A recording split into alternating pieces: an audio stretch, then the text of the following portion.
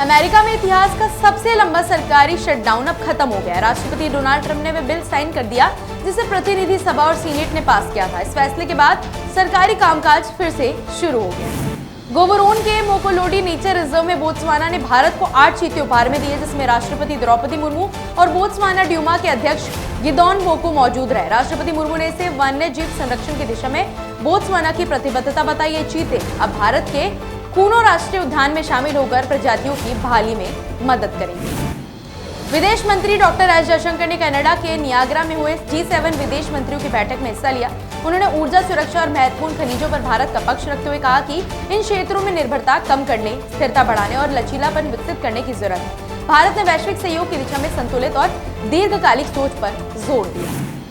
मुख्यमंत्री योगी आदित्यनाथ ने कहा कि पहले सरकारी नौकरियों में अनुसूचित जाति की सीटें खाली रह जाती थी, लेकिन हाल ही में हुई 60,244 पुलिस भर्ती में सभी आरक्षित सीटें भर गई हैं। इससे साफ है कि इन वर्गों का शैक्षिक स्तर और भागीदारी बढ़ी है। सरकार ने तय किया है कि उत्तर प्रदेश के सभी आदिवासी समुदाय को उनका पूरा अधिकार है। जम्मू विश्वविद्यालय के दीक्षांत समारोह में उपराज्यपाल मनोज सिन्हा ने कहा कि आज की पीढ़ी की जरूरतों को देखते हुए विश्वविद्यालयों को अपने शिक्षण अनुभव को पूरी तरह से नया रूप देना होगा। उन्होंने कहा कि अब हर क्लास और कैंपस की गतिविधि सिर्फ यादगार नहीं बल्कि जीवन बदलने वाली होनी चाहिए। नई पीढ़ी की सोच और सीखने के तरीके ने शिक्षा के ढांचे को बदलने की मांग की। अहमदाबाद में अंतर्राष्ट्रीय पुस्तक मेले का उद्घाटन करते हुए केंद्रीय मंत्री धर्मेंद्र प्रधान ने कहा कि ये मेला अब वैश्विक स्तर पर पहुंच चुका है, जिसमें 300 से अधिक प्रकाश शामिल हुए हैं। उन्होंने नई पीढ़ी को तकनीक आधारित पढ़ाई में रुचि लाने की सलाह दी और कहा कि प्रधानमंत्री मोदी शुरू से ही इस दिशा में जोर देते रहे। ये पुस्तक मेला 23 नवंबर तक चलेगा। दिल्ली नगर निगम की बैठक के दौरान आम आदमी पार्टी के सदस्यों ने राजधानी में बढ़ते वायु प्रदूषण को लेकर जोरदार विरोध प्रदर्शन किया। इस मुद्दे पर हंगामा इतना बढ़ गया कि बैठक में अव्यवस्था फैल गई। प्रदूषण को लेकर राजनीतिक टकराव एक बार फिर सामने आया। आंध्र प्रदेश के मुख्यमंत्री एन चंद्रबाबू नायडू ने CII पार्टनरशिप समिट में इटली के राजदूत एंटोनियो एनरिको बार्टोली से मुलाकात की। उन्होंने ऑटो, मशीनरी, ऊर्जा, फैशन और फूड प्रोसेसिंग जैसे क्षेत्र में साझेदारी पर चर्चा की। नायडू ने आंध्र में इटालियन इंडस्ट्रियल क्लस्टर बनाने और निवेश बढ़ाने का प्रस्ताव भी दिया।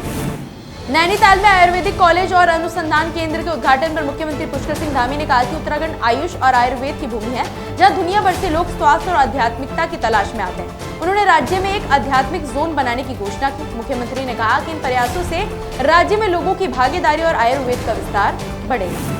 दिल्ली धमाके के बाद बीजेपी नेता के अन्नामलाई ने कहा कि सभी राजनीतिक दलों को अपने मतभेद भुलाकर आतंकवाद को जड़ से खत्म करने के लिए एकजुट होना चाहिए। उन्होंने राष्ट्रीय सुरक्षा को सर्वोपरि बताते हुए साझा प्रयासों की अपील की।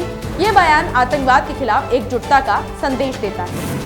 बेंगलुरु में सुप्रीम कोर्ट द्वारा तमिलनाडु की याचिका खारिज किए जाने के बाद उप मुख्यमंत्री DK शिवकुमार ने मेकेदातु बांध परियोजना को न्याय बताया। उन्होंने कहा कि यह कर्नाटक का अधिकार है और तमिलनाडु को भी आदेशानुसार पर्याप्त पानी मिलेगा। उन्होंने तमिलनाडु से सहयोग की अपील करते हुए परियोजना को आगे बढ़ाने की बात कही।